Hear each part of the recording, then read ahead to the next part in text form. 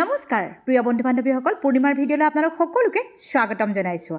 আজি মই উপস্থিত আছোঁ অস্তগামী সূৰুজৰ ৰঙীনাভাত জিলিকি উঠা আমাৰ ব্ৰহ্মপুত্ৰ পাৰৰ সতী ৰাধিকা উদ্যানত। আৰু মোক সংগ দিবলৈ এয়া আহি গ'ল টুটুমণি আৰু নয়ন এম্পাতগিৰি। ৰ'ব প্ৰথমতে আপুনি সোমাবলৈ নাপায়। প্ৰথমে আপোনাক চেকিং কৰিব, যাতে কোনো ধৰণৰ পেকেটিং খোৱা বস্তু আপুনি হাতত লৈ নাহে আৰু ভিতৰতে খাই আপুনি পৰিৱেশটো লেতেৰা নকৰে। গতিকে এয়া খুবেই সুন্দৰ এটা ব্যৱস্থা। আৰু এই উদ্যানৰ পৰা দৃশ্যমান হোৱা বিশ্বৰ ক্ষুদ্ৰতম নদীদ্বীপ উমানন্দ এয়া আপোনালোকৰ সন্মুখত। এই উদ্যানখনৰ ভিতৰত কি আছে গম পায়নে? এটা সুন্দৰ নান্দনিক পৰিৱেশ, যাক চাই আপুনি মন শান্ত কৰিব পাৰে।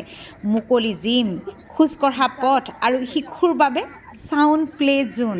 গতিকে খুবেই এটা সুন্দৰ পৰিৱেশ। আপোনালোকে এবাৰ চাওকচোন ইয়াৰ নান্দনিক দৃশ্য কেনেকুৱা ধৰণৰ হ'ব পাৰে। শান্তিকন্যা সতী ৰাধিকাৰ স্মৃতিত নামাকৰণ কৰা এই উদ্যানখন গুৱাহাটীৰ উজান বজাৰৰ ব্ৰহ্মপুত্ৰ পাৰত অৱস্থিত এখনি নদীপৰীয়া উদ্যান।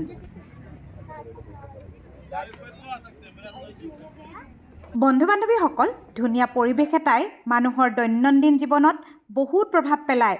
যেনে ধুনীয়া পৰিৱেশ এটাই মানুহৰ মনক শান্ত আৰু সতেজ কৰি তোলে। ধুনীয়া পৰিৱেশ এটাই মানুহৰ মনত উৎপাদনশীলতাক বৃদ্ধি কৰে।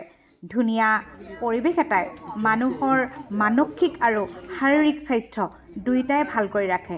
ধুনীয়া পৰিৱেশ এটাই মানুহৰ মনৰ মাজৰ সম্পৰ্ক ভাল কৰি ৰাখে। এই ভাল লগা আৰু ধুনীয়াবোৰৰ পৰাই আমি এটা সৃষ্টিশীল মনৰ উদ্ঘাটন কৰিব পাৰোঁ। গতিকে ধুনীয়া পৰিৱেশ এটালৈ যদি আপুনি আহিবলৈ বিচাৰে, তেনেহ'লে শান্তিকন্যা সতী ৰাধিকাৰ স্মৃতিত নামাকৰণ কৰা এই উদ্যানখনলৈ আহিব। আশা কৰোঁ ভিডিঅ'টি চাই আপোনালোকে ভাল পালে, আৰু যদিহে ভাল পালে এটা লাইক কৰিব আৰু মোৰ ভুল শুদ্ধবোৰ কমেণ্ট কৰি আপোনালোকে জনাই দিব। চেনেলটো ছাবস্ক্ৰাইব কৰি দিব আৰু ভিডিঅ'টি শেষলৈকে চোৱাৰ বাবে আপোনালোক সকলোকে অশেষ ধন্যবাদ জনালোঁ।